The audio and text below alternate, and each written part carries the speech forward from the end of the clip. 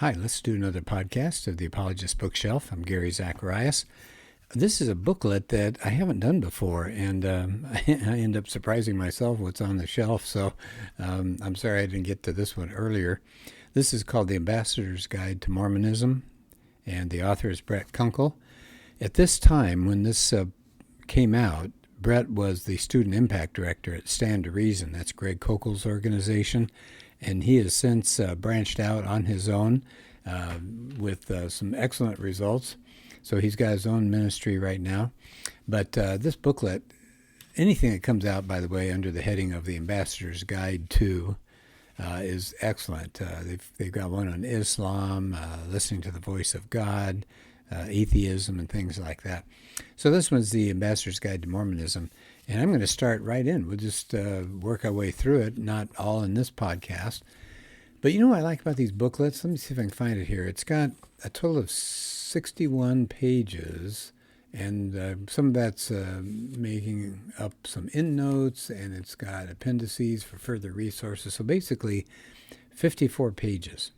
So you can get through that in an hour or two, and it's such good information. I look at my copy here, and I've ended up probably having more underlined sections than not underlined. So lots of good material. Greg's organization, Stand to Reason, is excellent. Here's part one. So Brett Koukl says, Are Mormons Christians? And kind of a startling statistic that he has on the very first page. He says 3/4 of all LDS converts claim a previous Christian affiliation. So they're not going out and finding non-believers and telling them what a great thing Mormonism is and having them join up. They're finding people from other Christian faiths, other denominations are joining. Somebody says there are now more Mormons that used to be Southern Baptist than any other denomination. Southern Baptist, you'd think that'd be pretty rock rib solid. One Mormon who's part of the Quorum of the 12 Apostles, he said, there's one thing we would not like anyone to wonder about. That is whether or not we're Christians. So what does he say? He says, Jesus is the Son of God. He had a virgin birth. He performed miracles. He had a death on the cross that paid for the sins of the world. He resurrected and he ascended to heaven. So you look at that and you go, well, that seems pretty solid. But it says, let's clarify. What does a Mormon mean when he or she declares her Christianity? Well, maybe just saying that it's another branch of the Christian tree, like Catholicism or Protestantism. Maybe she means Mormonism is another denomination of Protestant Christianity. But no, that's not LDS teaching. So Koukl takes us back to the first prophet and the founder, Joseph Smith. And he asked God for wisdom about where the right church is. What's the true church? And you know what he said? And this is coming from Smith himself. I must join none of them, for they were all wrong. All their creeds were an abomination in his sight. Oh, so at least according to Joseph Smith, God declares all Christian organizations, all sects, not just wrong, but corrupt. So the Mormon doctrine says that after the original apostles died off, then the church had something called the Great Apostasy. They fell away from the gospel. So what are we talking about? Maybe 75 to 100 AD, and then it all fell apart, and in came the Mormons, and everything's okay now. So the Mormon doctrine is about this total apostasy, and the LDS scriptures denounce Christianity. Now, how can they say that they're just another branch or denomination of Christianity? It says actually Mormon leadership tries to obscure this official LDS teaching. Modern-day Mormons are persistent with the Mormons are Christians mantra. That's what they say, but that's not the message of Joseph Smith. Now, listen to the LDS apostle Bruce McConkie. What does he say? He affirms Joseph Smith's original view. So here's what he writes. Mormonism is Christianity. Christianity is Mormonism. They're one and the same, and they're not to be distinguished from each other in the minutest detail. So Mormonism is identical to Christianity. Well, think about that. If that's true, if Mormons are identical to Christians, then Christians should be identical to Mormons as well, right? So he says, try this. This is Koukl's idea. I think it's a great question. Ask your LDS friends, if you're a Christian, and remember, they're saying they are.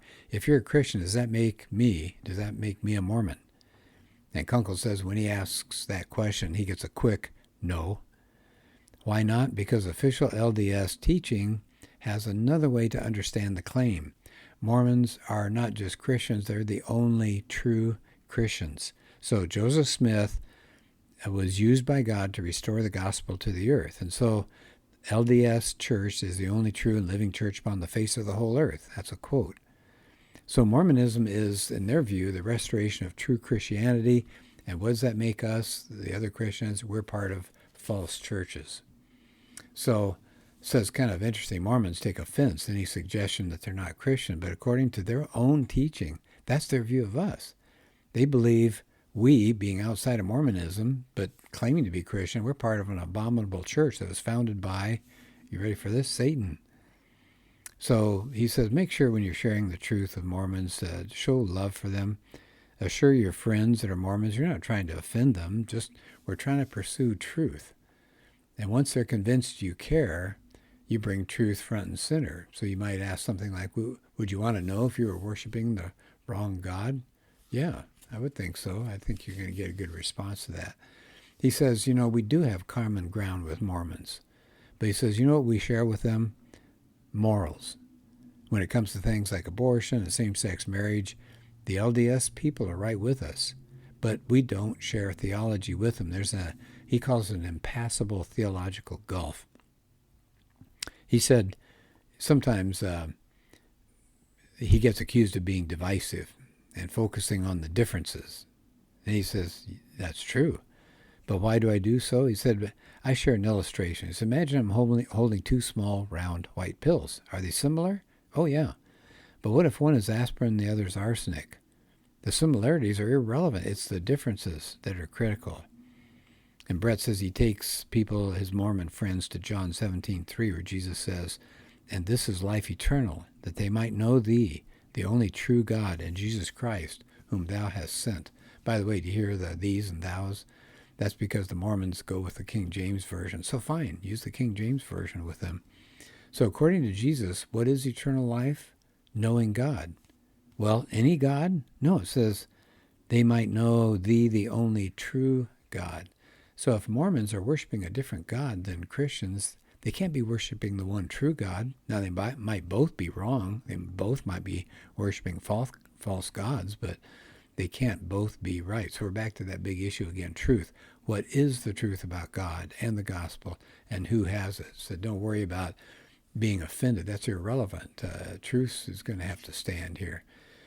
So that's the first chapter, kind of an opening move here. And then he gets into the second chapter. He says, when you're talking to Mormons, it's kind of tempting to want to jump in and really hit them over the head with things like polygamy and their history and temple rituals and racism. But he said, all you're going to do is raise their defenses. He said, why don't you stick to the essentials? Maybe later you can get down to these other things. So what should the focus be? He says, 2 questions. Who is God, and what's the gospel? Every false religion is going to deviate on those 2 issues. Isn't that good? Pretty powerful. Who's God? What's the gospel? Okay, so he says there are ways that you can become a good thinker when you're talking to people. And he says, here's the first tool to think clearly when you're interacting. It's, what do you mean by that? He says that is so important when you're talking to Mormons because they have different answers. They have different definitions of everything. So, for example, your Mormon friend says, I believe in Jesus. Just don't jump in and just say, well, no, you don't. The Mormon Jesus is a false Jesus. You think he's the brother of Lucifer. Don't do that. Koukl says, why don't you begin with a question like, which Jesus do you have in mind? In other words, what do you mean by that, Jesus? LDS people are going to use the same terminology. They'll talk about Jesus and the Holy Ghost, and they'll talk about salvation, the gospel, but you've got to start with clarification. What do you mean by that? He says there's a second tool for clear thinking. Why do you say that?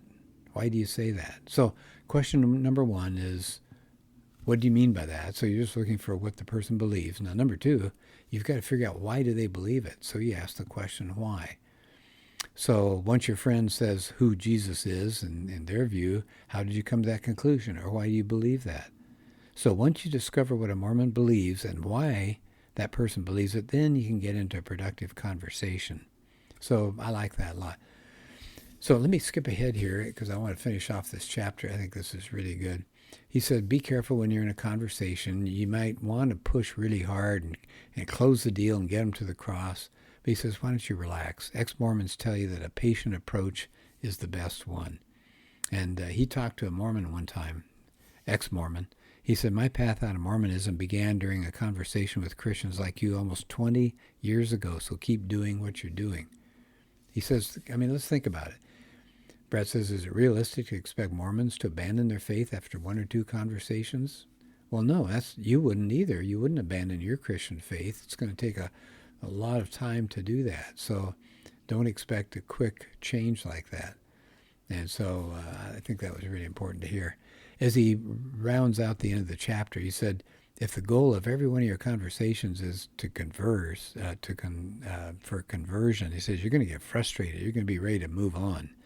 He said, so don't try to close the deal right away. How about putting a stone in their shoe? I love that expression. Greg Koukl uses it a lot. He says, what's your reaction when you get a stone in your shoe? It bothers you. You can't stop thinking about it. Take your shoe off, and then you deal with the annoyance. He says, so we want to have LDS friends come to Christ, but every conversation is just to put a stone in their shoe, give them one good thing to think about. Well, as he says, that's going to take time. So you want to ask yourself, are you willing to be patient? It might be years where you're walking with your LDS friends before you see them come to Christ. Now, he mentioned that friend that he talked to, John, took him years and years before they walked away. But he says, hopefully your perseverance means you'll still be around, ready to talk to them and walk them into God's kingdom when the time comes. So I think that's really good. All right, well, why don't I end at that point? That's the first two chapters. Let me just give you a quick outline of the rest of the book here. So part 1, Are Mormons Christians? We just did part 2, where do we start? And you start with those key questions. What do you mean by that, and how did you come to that conclusion? Part 3 is going to be, who is God? Part 4, what's the gospel? Remember, he said those are the two key questions that will divide every other group from Christians. Who is God? What's the gospel? Then Part 5, can the Bible be trusted? Part 6, can I get a testimony? I mean, think about this. The Mormons have a special thing called the burning in the bosom, and we'll talk about that later. And then he's got book resources, video resources, online resources. This is a great booklet, easy to read, and take a look at the other things that Stand to Reason has. Lots of good booklets for you there. Meaty and satisfying to get through. They're not angry, they're not divisive, they just lay the truth out very clearly. Well, thanks, and I hope you're having a good day. See you later.